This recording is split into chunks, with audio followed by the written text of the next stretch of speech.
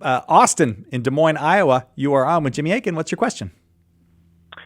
Hey, my wife and I have been invited over to a friend's house with 5 other couples Friday in Lent, this Friday. Okay. And meat is going to be served, Mm-hmm. main dish. Just wondering a couple things, how to handle it. They're all Catholic, too, which is frustrating. But we're the only 2, I think, that object. Mm-hmm. First of all, if we did go and we ate meat, is that a mortal sin?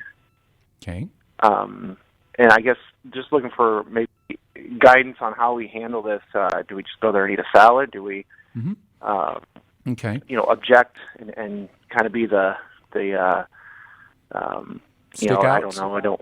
The stick out, the holier than thou couple. Okay.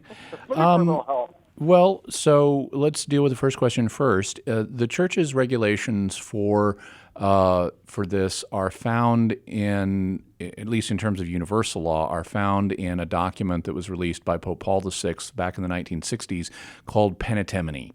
And in Penitential, the Pope reordered the Church's penitential discipline, including the discipline of fasting and abstinence, which is what this is, abstinence from meat. And he indicated that the substantial observance of the Church's penitential laws does bind gravely. And so if you were to fail to substantially observe them, then, and do so knowingly and deliberately, then that would constitute a mortal sin. However, the fact that he chose to say substantial observance, that the substantial observance of these laws binds gravely, that suggests that that under the current law, there is some flexibility, that one could deviate from the letter of the law in an insubstantial or non-substantial way, and it wouldn't be gravely sinful. And if you look at commentators on this, some of them will talk about a single exception, wouldn't be a substantial failure to observe the laws and their spirit.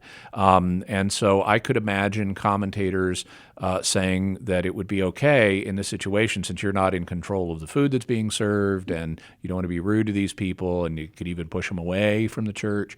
So I could imagine some commentators taking that position.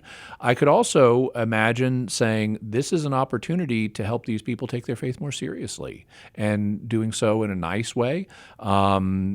I, as someone who for many years has eaten low carb, am used to being the stick out at social gatherings, and my strategy at such events is to bend over backwards to make other people relaxed and having a good time, and not make an issue out of my particular dietary practice. And so that's something that you also might could do. You could also just talk to the host in advance and say, hey, by the way, it's a Friday coming up and it's during Lent. Are you going to have an option for a fish or for non-meat? Or maybe we could bring something of our own to contribute to the party. And then you and your wife would have the opportunity to bring something and give other people at the party a non-meat option.